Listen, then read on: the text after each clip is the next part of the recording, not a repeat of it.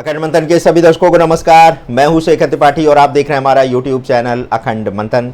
आज के भविष्य के समाचार में हम एक ऐसा कार्यक्रम लेकर के आए हैं जो कि 84 साल बाद एक बार पुनः घटित होने वाला है। जी हाँ, कहते हैं समय सीधी रेखा में कभी नहीं चलता।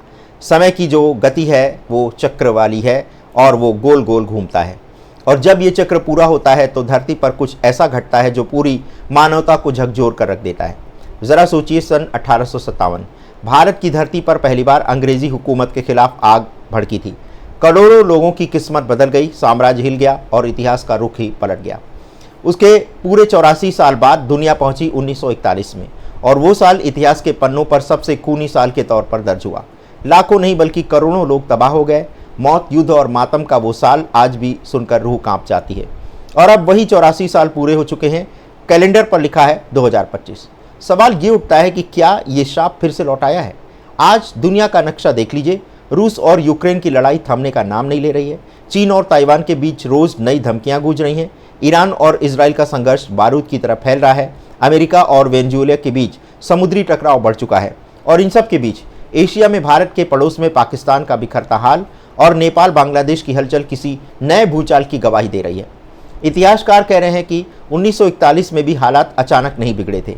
पहले छोटी छोटी लड़ाइयाँ थीं, फिर धीरे धीरे ये आग पूरी दुनिया को निगल गई, और आज 2025 में हम उसी कगार पर खड़े हैं। क्या ये सिर्फ एक इत्तेफाक है? 1857, 1941 और अब 2025।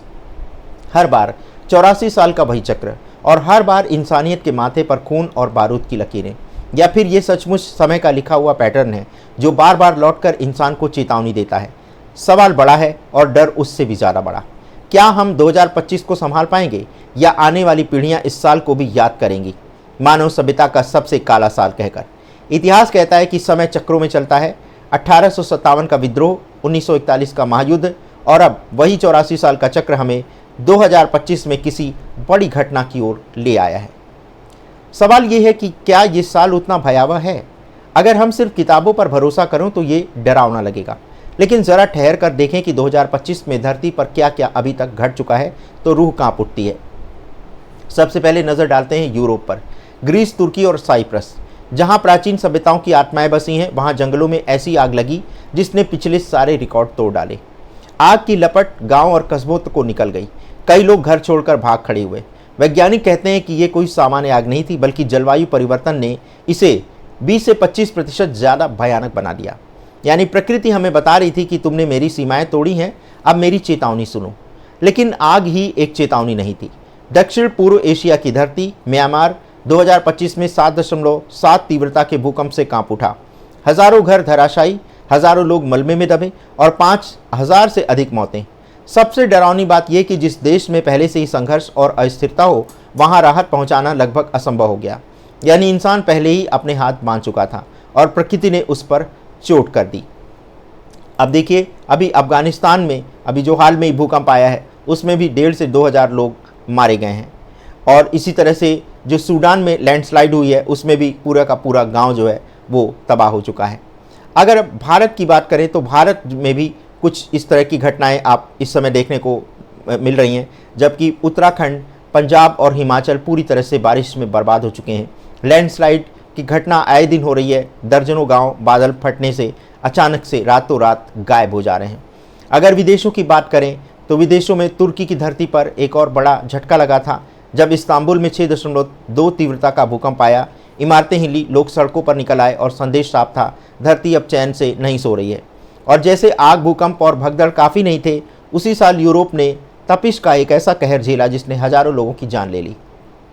पुर्तगाल और स्पेन में इस साल पारा 46 डिग्री तक पहुंच गया। लोग सड़कों पर गिरने लगे, बिजली व्यवस्था ठप पड़ गई, और वैज्ञानिकों ने साफ कहा, ये सब इंसान अपनी करतूतों का नतीजा भुगत रहा है। अंतर्राष्ट्रीय रिपोर्ट बता रही है कि 2025 में प्राकृतिक आपदाओं ने दुनिया को करीब 131 अरब डॉलर का नुकसान पहुंचाया है। इसमें से अकेले लॉस एंजल्स ने ही आग में लगभग 53 अरब डॉलर झोंक दिए हैं। ये आंकड़े सुनने में ठंडे लग सकते हैं, लेकिन सोचिए, ये पैसे नहीं, लाखों लोगों की ज़िंदगी, उनका घर, उनकी रोजी रोटी, उनकी यादें थीं।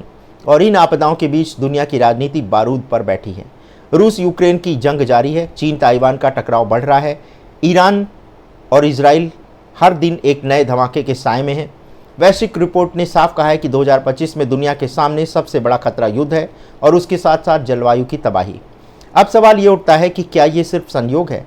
1857, 1941 और अब 2025, हर बार 84 साल बाद धरती कांपती है, इंसान लहूलुहान होता है और सभ्यता को नई परीक्षा से गुजरना पड़ता है।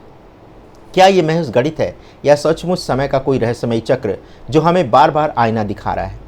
तो ये जो हमारा ये विशेष आज का जो कार्यक्रम है, इसमें हम आपको यही बता रहे हैं कि 2025 वही वर्ष है जो 84 साल बाद विध्वंस की एक नई गाथा लिखने जा रहा है।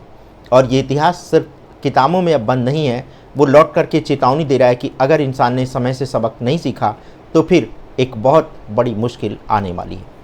तो जिस प्रकार से 84 साल के चक्र में संसार भर में जो घटनाएं हुई हैं, वही घटनाओं की आशंका अब 2025 में दिखाई दे रही है। इसलिए 2025 को बहुत भयानक वर्ष के रूप में भविष्यवक्ताओं ने तो देखा ही है, साथ ही साथ इस समय जो हमारे वैज्ञानिक हैं वो भी प्राकृतिक घटनाओं को लेकर के इस साल को कोई बहुत अच्छा नहीं देख रहे हैं। आपका क्या कहना है? आप अपनी राय कमेंट सेक्शन में दे सकते हैं। तो हम एक बार पुनः 84 साल के अंतराल पर आए उस काल चक्र में अब खड़े हैं जहां पर मानव सभ्यता को एक नई परीक्षा से गुजरना पड़ेगा। तो क्या आप इसके लिए तैयार हैं? आशा करते हैं कि आप अपने जीवन को सुरक्षित रखने की सारी संभावनाओं पर विचार कर रहे होंगे। अगर आपको हमारे कार्यक्रम का ये अंश अच्छा लगा है या ये कार्यक्रम अच्छा लगा है तो आप इसे लाइक, शेयर और सब्सक्राइब करना मत भूलिएगा। धन्यवाद, नमस्कार।